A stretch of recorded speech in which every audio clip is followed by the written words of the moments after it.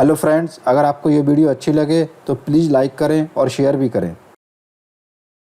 Hello dear friends, इस video के अंदर हम डिस्कस करने वाले हैं कंप्यूटर के डिफरेंट जनरेशन्स के बारे में। तो अगर हम कंप्यूटर के बारे में देखें तो उसमें तीन मेन पार्ट्स होते हैं।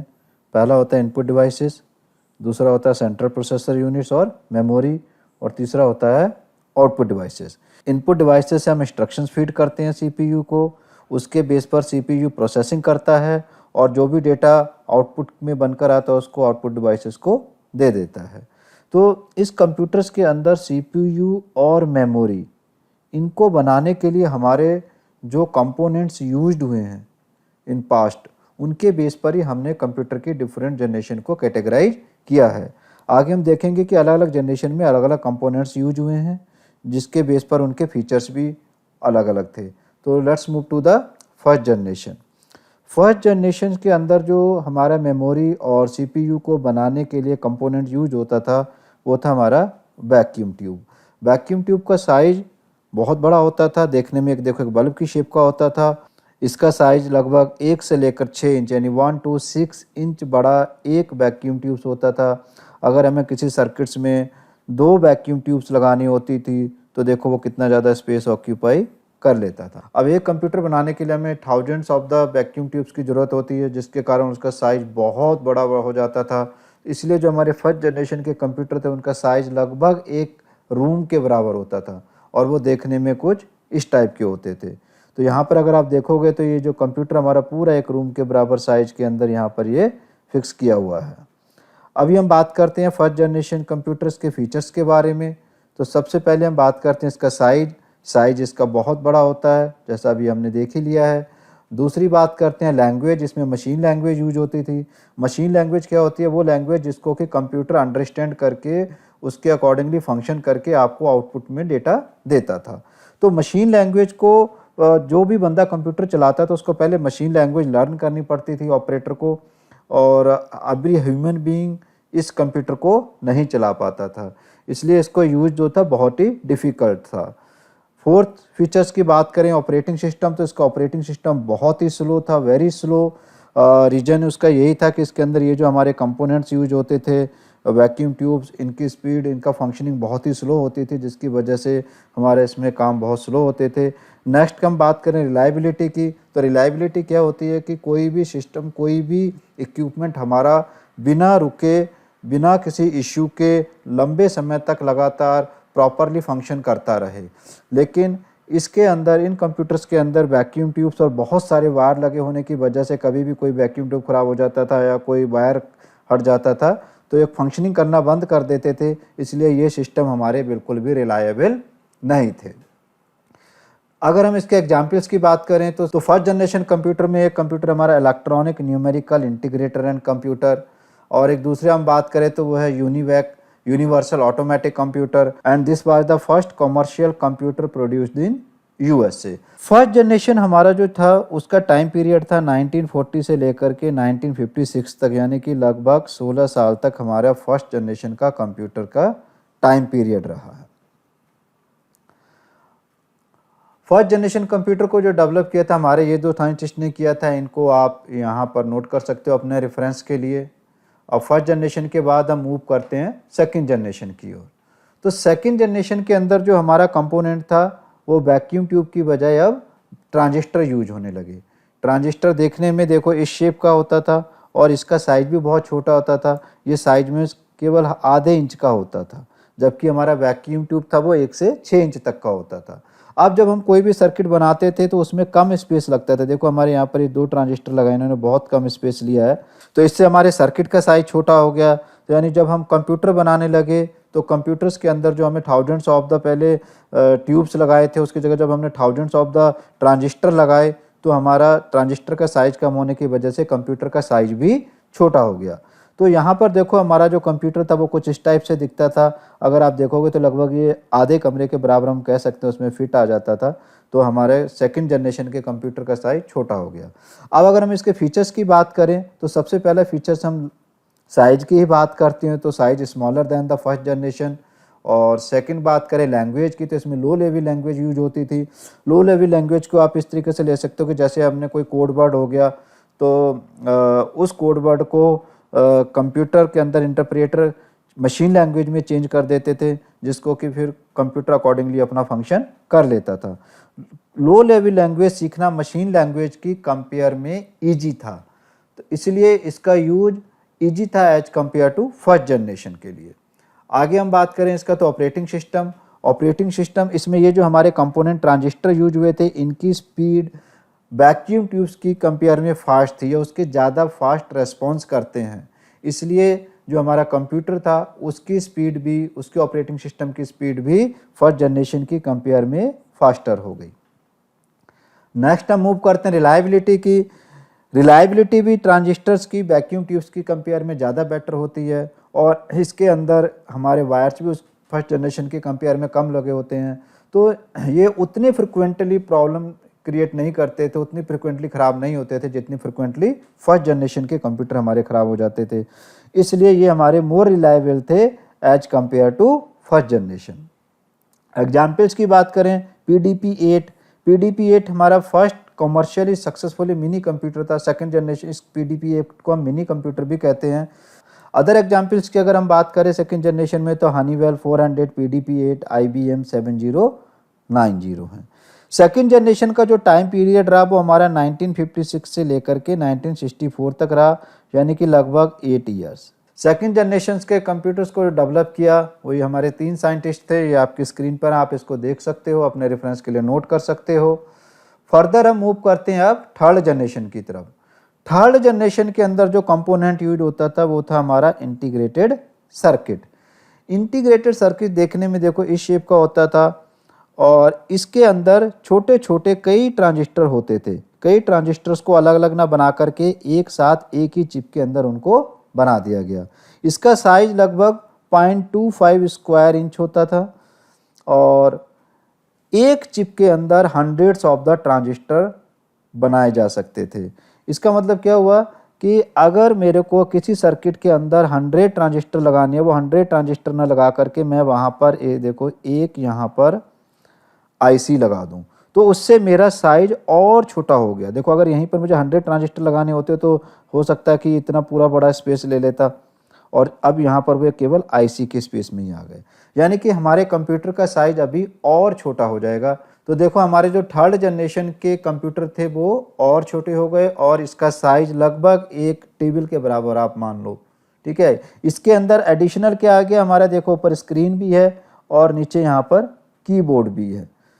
अब हम बात करते हैं इसके फीचर्स के बारे में। तो सबसे पहले बात करते हैं साइज। तो साइज अगर आप देखोगे तो सेकंड जनरेशन की कंपेयर में इसका साइज और छोटा हो गया। नेक्स्ट बात करते हैं हम लैंग्वेज की। इसमें हाई लेवल लैंग्वेज यूज होती थी।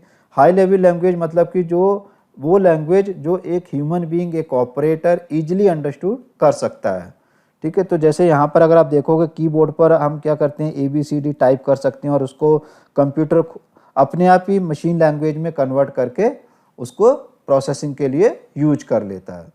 अगर इसमें हम हाई लेवल लैंग्वेज यूज करते हो तो यानी कि इसका यूज बहुत इजी हो गया है।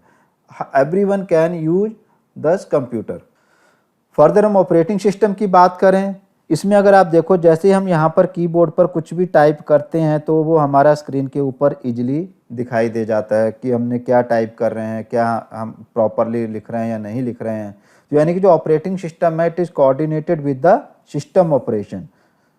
नेक्स्ट अगर हम बात करें रिलायबिलिटी की, तो ये बहुत ज़्यादा reliable as compare to first और सेकंड जनरेशन के थे, क्योंकि अभी यहाँ पर ये IC जो कंपोनेंट यूज होता है। अब देखो सेकंड जनरेशन में अगर हम बात करें, अगर मेरे को 100 ट्रांजिस्टर जोड़ने थे तो वो 100 ट्रांजिस्टर को मैं अलग अलग वायर से जोड़ता, तो वो वायर ख़राब हो जाती, तो वो कंप्यूटर ख़राब हो जा सकता था।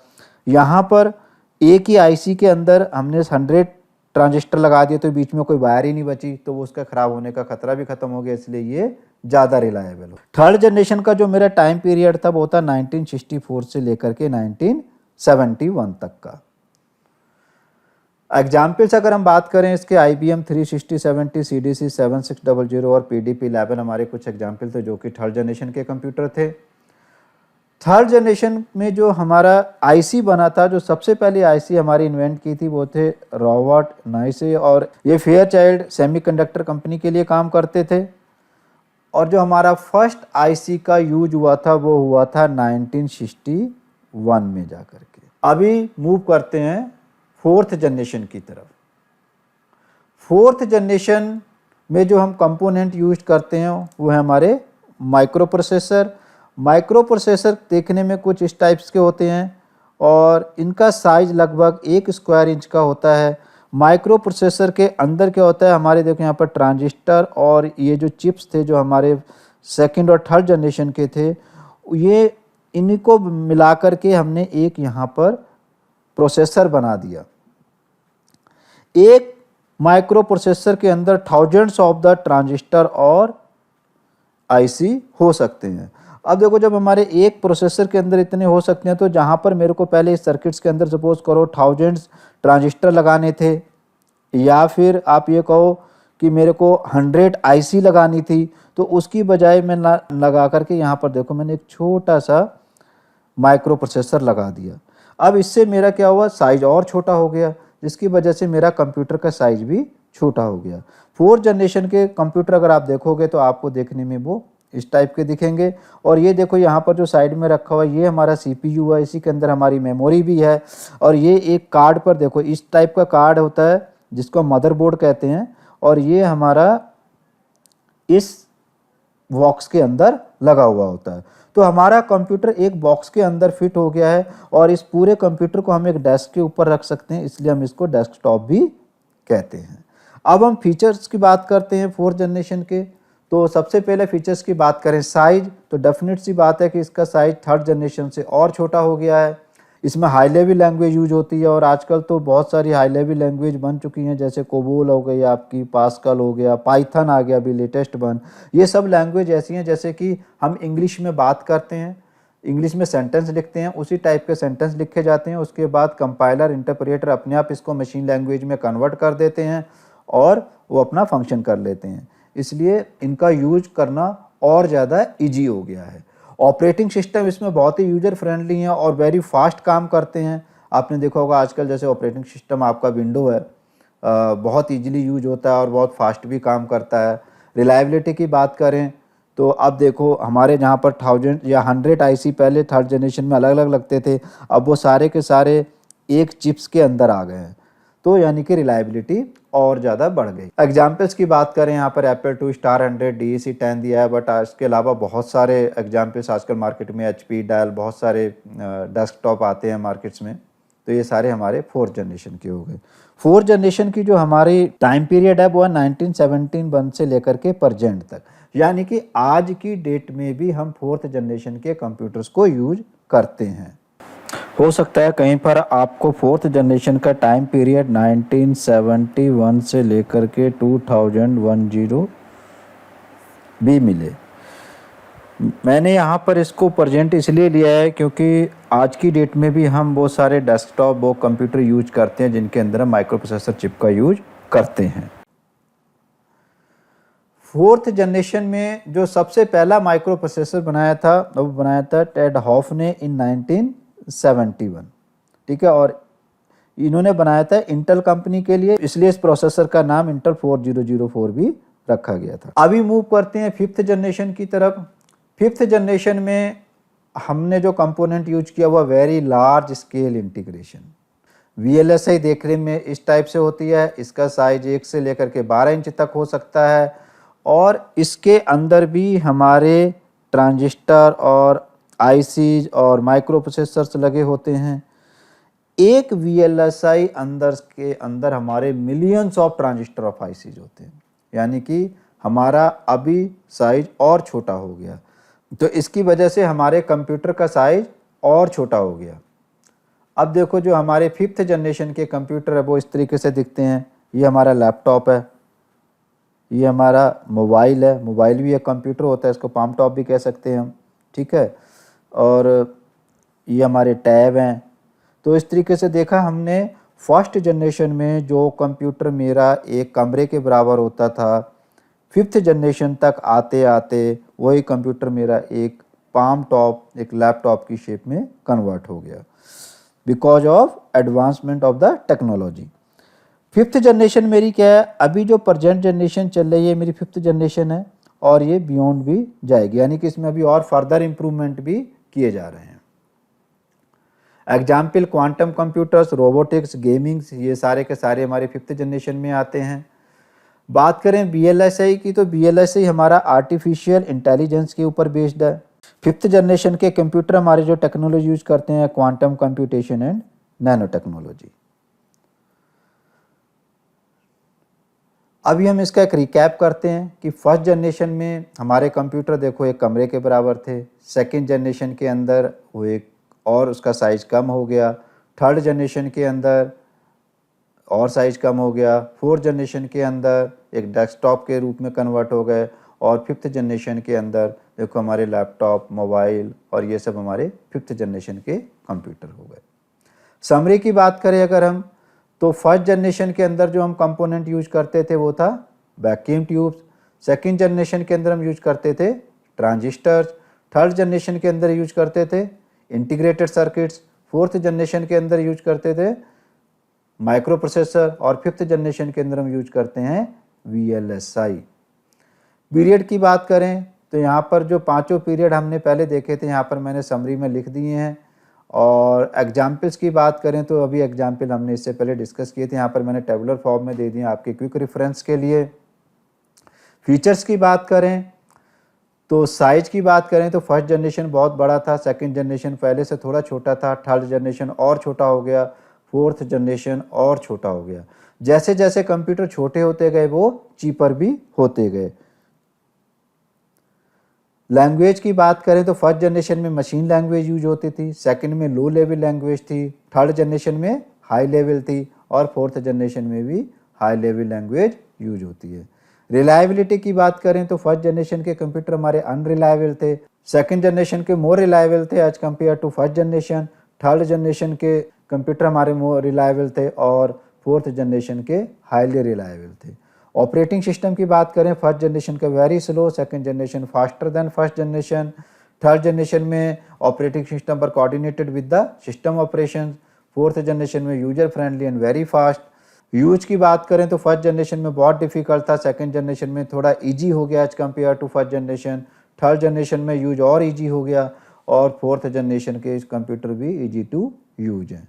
5th जनरेशन की बात करें तो 5th जनरेशन में अभी हम सुपर कंप्यूटर बना रहे हैं, और इसमें हम AI का यूज करते हैं। जैसे AI में अब आधार कार्ड की अगर बात करें हम बायोमेट्रिक्स को यूज करते हैं, बायोमेट्रिक्स से हम कंफर्म कर लेते हैं कि ये this person is the same person. 5th generation में हमारी स्टोरेज कैपेसिटी बहुत बढ़ गई है, और हम यहाँ पर लार्ज स्केल इंटीग्रेटेड सर्किट्स का यूज। हेलो दोस्तों, इस वीडियो से रिलेटेड अगर आपको कोई भी फर्दर जानकारी चाहिए तो आप हमको नीचे दिए गए कमेंट बॉक्स में कमेंट करके पूछ सकते हैं, या फिर हमारी मेल आईडी पर आप हमको ईमेल कर सकते हैं। हमारी मेल आईडी आपकी स्क्रीन पर दिखाई गई है, हम आपकी क्वेरी का रिस्पॉन्स ज़रूर देंगे।